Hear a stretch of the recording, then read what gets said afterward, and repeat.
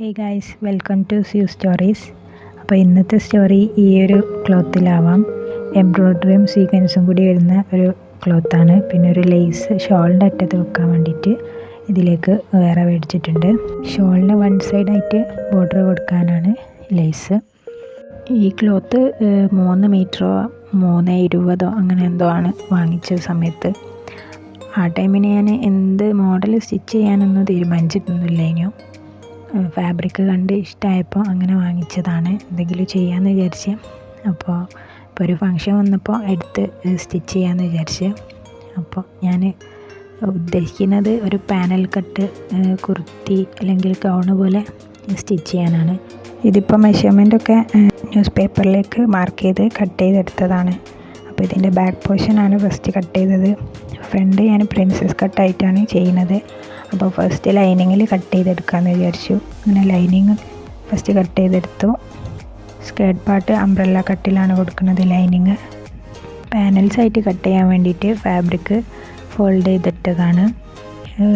8 പാനൽസായിട്ടാണ് ചെയ്യുന്നത്. അപ്പോൾ അതനുസരിച്ച് 8 മടക്കാക്കിയിട്ടാണ് ഫോൾഡ് ചെയ്ത് വെച്ചിട്ടുള്ളത്. അതിന് ശേഷം പാനൽസിൻ്റെ കാൽക്കുലേഷൻസ് ഒന്നും ചെയ്ത് വെച്ചില്ലായിരുന്നു. അപ്പോൾ അതിനിടക്കാണ് അത് ചെയ്യുന്നത്. ഇത് ഞാൻ പെട്ടെന്ന് ചെയ്യാൻ എടുത്തതുകൊണ്ട് എന്താണെന്നൊരു ഐഡിയ ഇല്ലാതെ അങ്ങനെ ചെയ്തു പോവാണ്.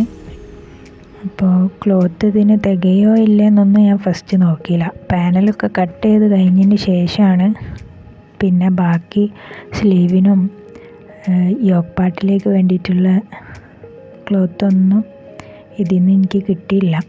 പക്ഷേ ലാസ്റ്റ് എങ്ങനെയൊക്കെ ഒപ്പിച്ചെടുത്തു. തികയാതെ വന്ന ക്ലോത്ത് എങ്ങനെ ഞാൻ ഒപ്പിച്ചെടുത്തു എന്നുള്ളതൊക്കെ ഈ വീഡിയോയിൽ കാണുന്നുണ്ട്. അപ്പോൾ വീഡിയോ മുഴുവനായിട്ട് കണ്ടാൽ മനസ്സിലാവും. നമ്മൾ മുന്നേ ഒരു ഡിസൈനോ അല്ലെങ്കിൽ എന്തെങ്കിലും ഒരു ഡ്രസ്സിൻ്റെ ഒരു ഔട്ട്ലുക്ക് കാണാതെ ക്ലോത്ത് എടുത്ത് വന്നിട്ട് പിന്നെ വേറൊരു ഡിസൈൻ ചെയ്യുമ്പോൾ ക്ലോത്ത് നമുക്ക് അത് തികയോ എന്താണെന്നുള്ളതൊന്നും നമ്മൾ നോക്കാതെ ചെയ്താൽ ഇതായിരിക്കും അവസ്ഥ. കുറച്ച് ടെൻഷൻ അടിച്ചു. പക്ഷേ എങ്ങനെയെങ്കിലുമൊക്കെ അത് റെഡിയാക്കി എടുക്കണമല്ലോ. അപ്പോൾ അങ്ങനെ ഒപ്പിച്ചെടുത്ത് ചെയ്ത ഒരു ഔട്ട്ഫിറ്റും കൂടിയാണിത്. പക്ഷേ ഇത് ചെയ്ത് ഫിനിഷ് ആയപ്പം ഫൈനലായിട്ട് ഈ ഔട്ട്ലുക്ക് കണ്ടതിന് ശേഷം എനിക്ക് ഏറ്റവും കൂടുതൽ ഞാൻ തയ്ച്ചതിൽ ഇഷ്ടപ്പെട്ട ഒരു ഔട്ട്ഫിറ്റും കൂടിയാണിത്. അപ്പോൾ അതിനിടയ്ക്ക് ഞാൻ പാനൽസൊക്കെ കാൽക്കുലേഷൻ കഴിഞ്ഞു, മാർക്ക് ചെയ്തു, കട്ട് ചെയ്തെടുക്കുകയാണ്. ഈ ഒരു ഡ്രസ്സ് ചെയ്ത് കഴിഞ്ഞതിന് ശേഷം ഞാനൊരു തീരുമാനം എടുത്തു. ഇനി ഏതായാലും ഫസ്റ്റ് ഒരു ഔട്ട്ഫിറ്റിൻ്റെ മോഡൽ കാണാതെ ഏതായാലും ഞാനിനി ഫാബ്രിക് സെലക്ട് ചെയ്യാനോ വാങ്ങിക്കാനോ നിൽക്കുകയില്ല. അത്രയ്ക്ക് ടെൻഷൻ അടിച്ചിട്ടുണ്ട്. അപ്പോൾ പാനൽസായിട്ട് കട്ട് ചെയ്തെടുത്തിട്ടുണ്ട്. ഈ വീഡിയോയിൽ കാണുന്ന പോലെ ഒരു ബോർഡർ വരുന്ന ഡിസൈൻ ഉണ്ടല്ലോ, അത് കട്ടാവാതെ മേലോട്ട് മാത്രം കട്ട് ചെയ്തിട്ടാണ് പാനലാക്കിയെടുത്തത്. അപ്പോൾ ഇങ്ങനെ ഈ വീഡിയോയിൽ കാണുന്ന പോലെയാണ് കട്ട് ചെയ്തെടുത്തത്. ഇതിനെ ഓരോ പീസായിട്ട് ജോയിൻ ചെയ്തെടുക്കണം. അങ്ങനെ അതവിടെ മാറ്റി വെച്ചു. ഇനി സ്ലീവും പിന്നെ ഫ്രണ്ടിലേക്കുള്ള യോക്ക് പാർട്ടും കൂടിയാണ് കട്ട് ചെയ്തെടുക്കാനുള്ളത്. പക്ഷേ ഇനി കട്ട് ചെയ്യാൻ വേണ്ടിയിട്ട് തുണി തികയുന്നില്ല. ഞാൻ കുറേ മടക്കി വെച്ചതൊക്കെ നിവർത്തി നോക്കി ഇനി എവിടെയെങ്കിലും ബാക്കിയുണ്ടോയെന്ന്. പക്ഷേ സ്ലീവിന് കട്ട് ചെയ്യാൻ പോലുള്ള ഒരു തുണി മുഴുവനായിട്ട് കിട്ടുന്നില്ല. പ്രിൻസസ് കട്ട് ചെയ്തിട്ട ലൈനിങ്ങിലൊക്കെ നോക്കി, അതിലൊന്നും കാണുന്നില്ല. മൊത്തത്തിൽ സെർച്ച് ചെയ്തുകൊണ്ടിരിക്കണതാണ് കാണുന്നത്. പിന്നെ എനിക്ക് ടെൻഷനേനു എന്ത് ചെയ്യും, എങ്ങനെ ഒപ്പിക്കും എന്നുള്ളത്. കുറേ ഞാൻ നോക്കി നിന്നു, ആലോചിച്ച് നിന്നു. എങ്ങനെയായിട്ടൊരു ഐഡിയയും കിട്ടുന്നില്ല. അങ്ങനെ അവസാനം ഉള്ള പീസൊക്കെ എല്ലാം കൂടി വെച്ചിട്ട് ജോയിൻ്റ് ആക്കി എടുക്കാമെന്ന് വിചാരിച്ച് രണ്ടും കൽപ്പിച്ച് കട്ട് ചെയ്യാനെടുത്തു. അങ്ങനെ സ്ലീവിൻ്റെ ലൈനിങ് കട്ട് ചെയ്തത് ഉള്ളൊരു പീസിൽ വെച്ച് നോക്കി. പക്ഷേ അതിനും ഫുള്ള് തികയുന്നില്ല.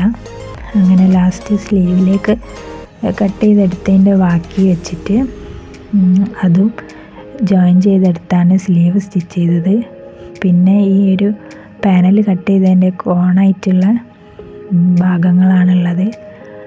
അവസാനം അത് ജോയിൻ ചെയ്തെടുക്കാമെന്ന് വിചാരിച്ചു. ഈ വോയിസ് ഓവർ കൊടുക്കുമ്പോഴും എനിക്ക് ടെൻഷനാകുന്നു ഈ വീഡിയോ കണ്ടിട്ട്. അന്ന് അതിലും ടെൻഷൻ അടിച്ചിട്ടാണ് ചെയ്തത്. എങ്ങനെയോ ഒന്ന് റെഡിയായി കിട്ടി അവസാനം ലുക്ക്. കുറേ ഞാൻ ആലോചിച്ചു, അങ്ങോട്ടും ഇങ്ങോട്ടും നടന്നു, ആലോചിച്ച് കുറേ ടൈം നിന്നു.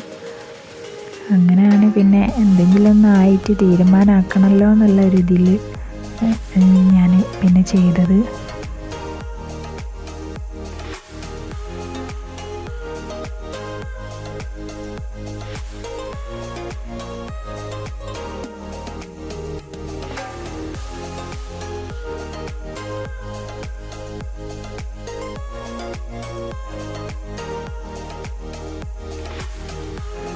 പിന്നെ ബാക്കി വന്ന ഒരു സ്ക്വയർ പീസ് സ്ലീവിനായിട്ട് മാറ്റി വെച്ചു. പിന്നെ ഈ കോണായിട്ട് വരുന്ന ഭാഗങ്ങളൊക്കെ ഒരുമിച്ച് കട്ട് ചെയ്തെടുത്തു. പിന്നെ അത് കൂട്ടി യോജിപ്പിച്ച് സ്റ്റിച്ച് ചെയ്തതിന് ശേഷം അത് ഫ്രണ്ടിൽ യോക്ക് പാർട്ടായിട്ട് ചെയ്യാമെന്ന് വിചാരിച്ചു. ഏതായാലും പ്രിൻസസ് കട്ടാകുമ്പോൾ കുറച്ച് രണ്ട് ജോയിൻ്റ് ആക്കിയിട്ടാണല്ലോ നമ്മൾ ചെയ്യുക.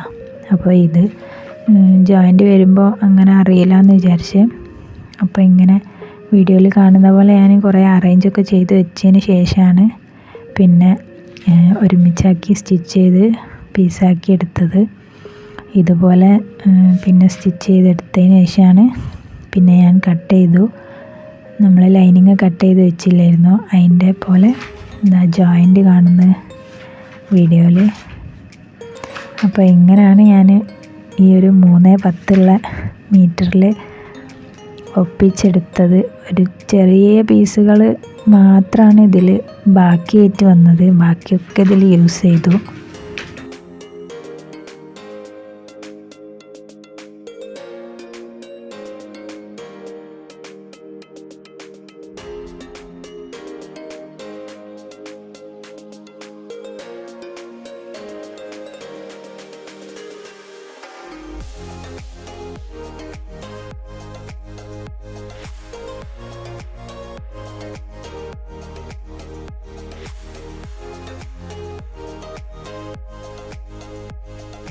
കുറേ ടെൻഷൻ അടിച്ചും കുറേ ടൈം എടുത്തും ചെയ്തൊരു ഡ്രസ്സായിരുന്നു ഇത്.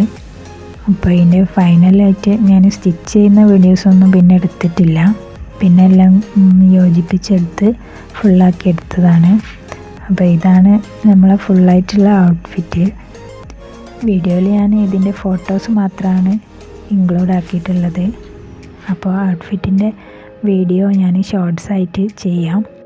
അപ്പോൾ ഈ വീഡിയോ ഇഷ്ടമായാൽ ലൈക്ക് ചെയ്യുക. ഇതുപോലത്തെ എൻ്റെ സ്റ്റിച്ചിങ് എക്സ്പീരിയൻസും വീഡിയോസും കാണാൻ വേണ്ടിയിട്ട് ചാനലൊന്ന് സബ്സ്ക്രൈബ് ചെയ്ത് സപ്പോർട്ട് ചെയ്യുക.